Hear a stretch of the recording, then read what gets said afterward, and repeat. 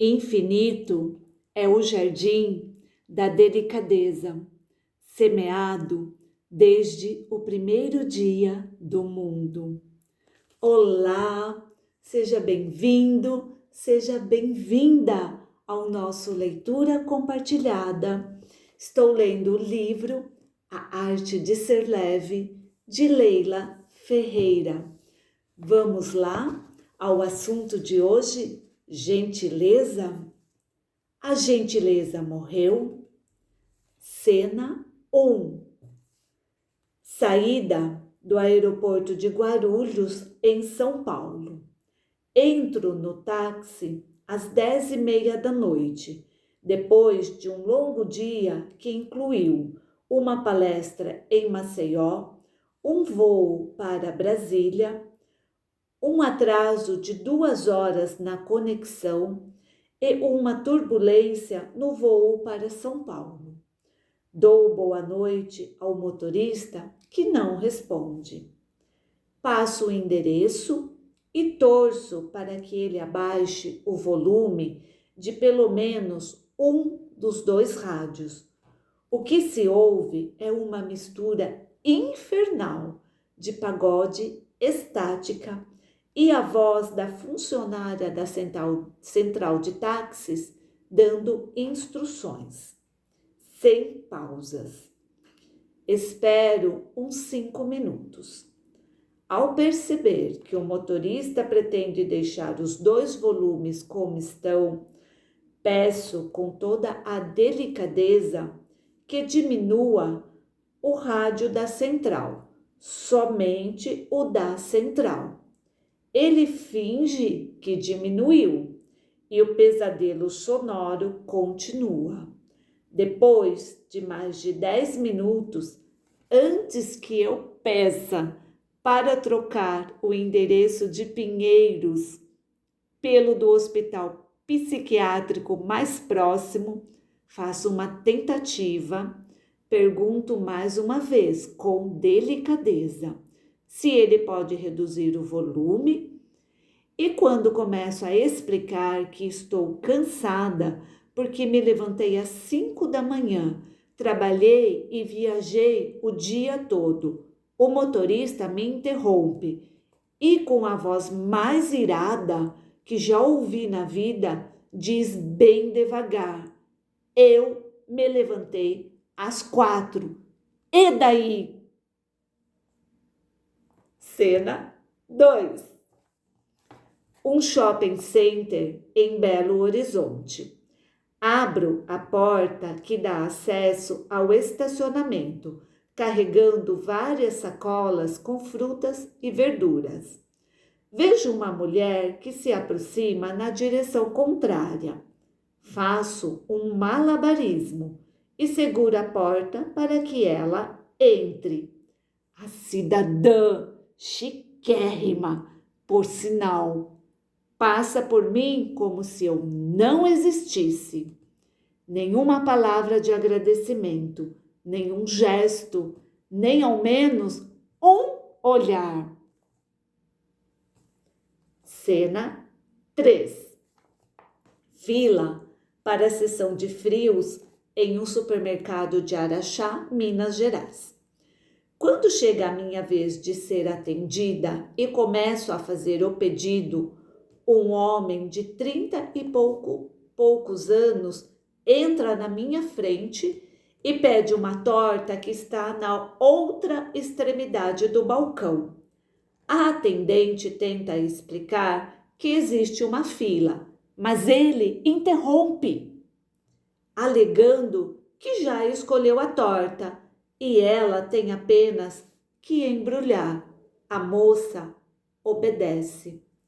Chocada e apontando para o jovem, viro para a senhora que está atrás de mim e pergunto: viu só que educação? Antes que ela diga qualquer coisa, ele me olha com o ar mais cínico que se possa imaginar e diz com toda tranquilidade: o mundo é dos espertos. Fique esperta que isso não acontece mais. Respondo que prefiro ser educada a ser esperta. Deixo a esperteza para pessoas como você. Mas, antes mesmo de chegar ao final da frase, já sei que estou perdendo o meu tempo. Se você nunca viveu situações como essas em seu dia a dia, ou é uma pessoa de muita sorte, ou não sai de casa há séculos. Quem circula pelo mundo certamente já viu esse filme, e é muito provável que tenha se perguntado que roteiro é esse? Ou quando foi que o mundo ficou assim? Será que estamos vivendo uma epidemia de falta de educação? Talvez uma pandemia de falta de delicadeza. Tenho ouvido relatos constantes de quem passa por experiências parecidas e a reação é sempre a mesma. Primeiro vem a indignação, depois a perplexidade. Todos querem entender por que foram tratados de forma que consideram injusta. E todos se perguntam: a gentileza acabou? Por que estamos agindo assim? Viajei algumas horas para fazer exatamente essas perguntas a um italiano que há 40 anos mora nos Estados Unidos e há mais de uma década defende delicada, mas obstinadamente a causa da gentileza. Piero Máximo Forni, ou PM Forni, como é conhecido. É professor de literatura na Universidade de Johns Hopkins, em Baltimore. Um intelectual que um dia, durante uma aula sobre o livro A Divina Comédia, olhou para seus alunos e se deu conta de que mais importante do que sair dali sabendo tudo sobre Dante,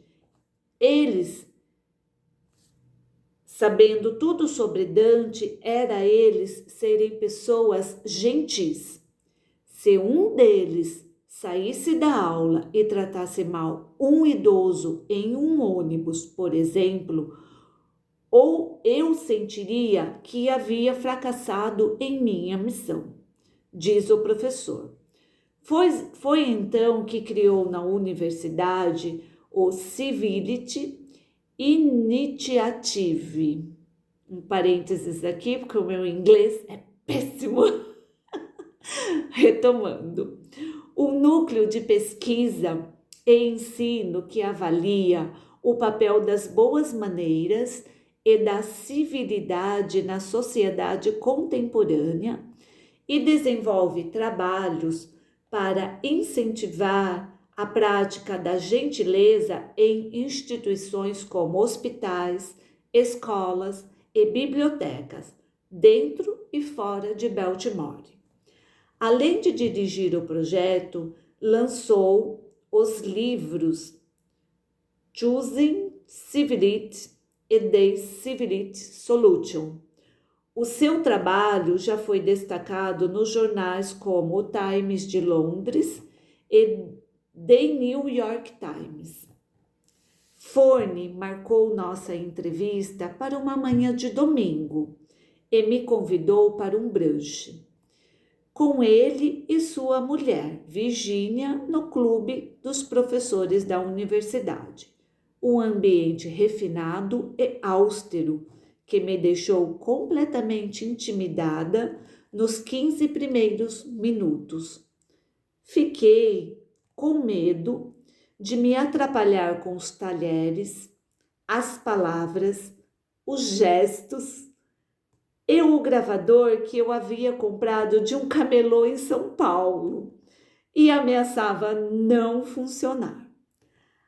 A taça do Prosecco e a gentileza genuína e imensa do casal me acalmaram. A conversa se estendeu por quase 2 horas e terminou com um café na sala de leitura, em que se ouvia somente o crepitar da lareira e o passar das páginas do jornal que estava sendo lido por um vetusto professor completamente alheio à nossa presença. O que se segue é um resumo, ou o resumo do que disse Fone naquela manhã de domingo. Amável, por que não? Achar que gentileza é algo supérfluo é miopia. Gentileza é qualidade de vida. Por um motivo simples, a vida é feita de relacionamentos. Vive melhor quem tem competência para se relacionar e faz parte dessa competência tratar o outro com civilidade e respeito. Ninguém gosta de conviver com pessoas desagradáveis. Ser mal educado e autocontrolado e autocentrado é suicídio social. Menos o egoísmo. Nossa tendência é enxergar as vantagens e os benefícios que as pessoas podem nos proporcionar. Uma nos ajuda a subir profissionalmente, outra nos diverte e por aí afora. A prática da civilidade nos obriga a ultrapassar os limites estreitos do ego e sair de dentro de nós mesmos para prestar atenção no outro e se colocar em seu lugar. Isso implica fazer sacrifícios e abrir mão de certas coisas. Numa cultura como a nossa, que ensina que o eu é soberano, não é fácil. Bom dia! Olá! Nem sempre estamos com vontade de conversar ou interagir, mas isso não quer dizer que podemos nos comportar como se as pessoas fossem invisíveis. Vou voltar aqui porque eu engasguei. Nem sempre estamos com vontade de conversar ou interagir, mas isso não quer dizer que podemos nos comportar como se as pessoas fossem invisíveis. Quando alguém passa por nós, custa dizer oi ou simplesmente fazer um gesto com a cabeça. Por que fazer o jogo da invisibilidade e fingir que essa pessoa não existe? Será que nossas almas encolheram tanto assim? Descontrole. Nossa sociedade estimula a falta de civilidade. E 2 fatores, principalmente, levam a ele: o estresse e o anonimato. Estamos vivendo em ambientes mais estressantes no trabalho, no trânsito, nos aeroportos, na vida pessoal. E quando estamos estressados, ficamos mais irritadiços, menos tolerantes com os erros alheios e mais propensos a explodir. O estresse acabou virando uma espécie de desculpa universal para comportamentos injustificáveis. Uma pessoa deixa de responder ao nosso bom dia e depois diz simplesmente que estava estressada. Um chefe maltrata seus funcionários e acha esse comportamento natural porque tem andado estressado. Isso significa o quê? que estamos perdendo o controle de nossas vidas? Nem bobo, nem mal educado. Não consigo imaginar nenhuma situação no dia a dia em que agir com grosseria seja a melhor opção. Quando alguém for grosseiro com você, diante da tentação de dar o troco na mesma moeda, o ideal é parar e perguntar 3 coisas. Quero mesmo agir assim? Vou ferir ou magoar essa pessoa com a minha atitude? Vou gostar de agir dessa maneira? É essencial termos certeza de que nossa reação irá nos satisfazer, não só naquele momento de raiva, mas dali a 2 horas, no dia seguinte ou na próxima semana. Responder a uma grosseria com outra é falta de imaginação e geralmente nos arrependemos depois. O que não quer dizer que devemos fazer papel de bobo ou de capacho. É importante sabermos nos impor e nos fazer respeitar, mas isso jamais equivale a sermos grosseiros. Mais leveza. Não me canso de repetir. Em grande medida, a vida é o resultado dos nossos relacionamentos. Vou repetir porque isso é importante. Não me canso de repetir. Em grande medida, a vida é o resultado de nossos relacionamentos.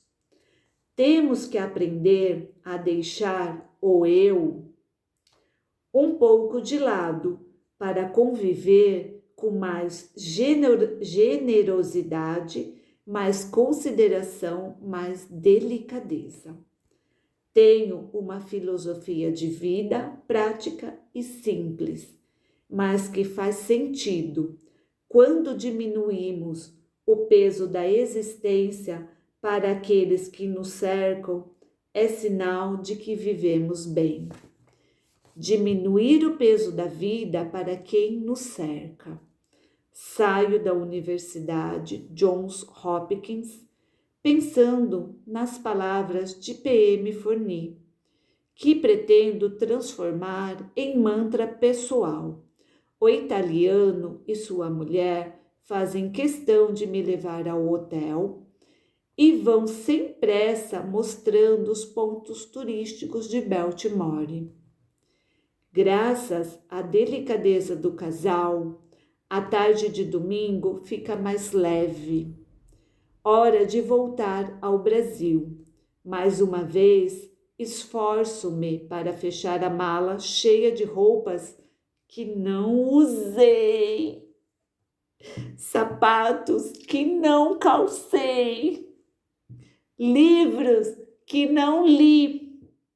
Depois de 10 minutos de ginástica, o zíper da mala obedece e só então o óbvio me ocorre.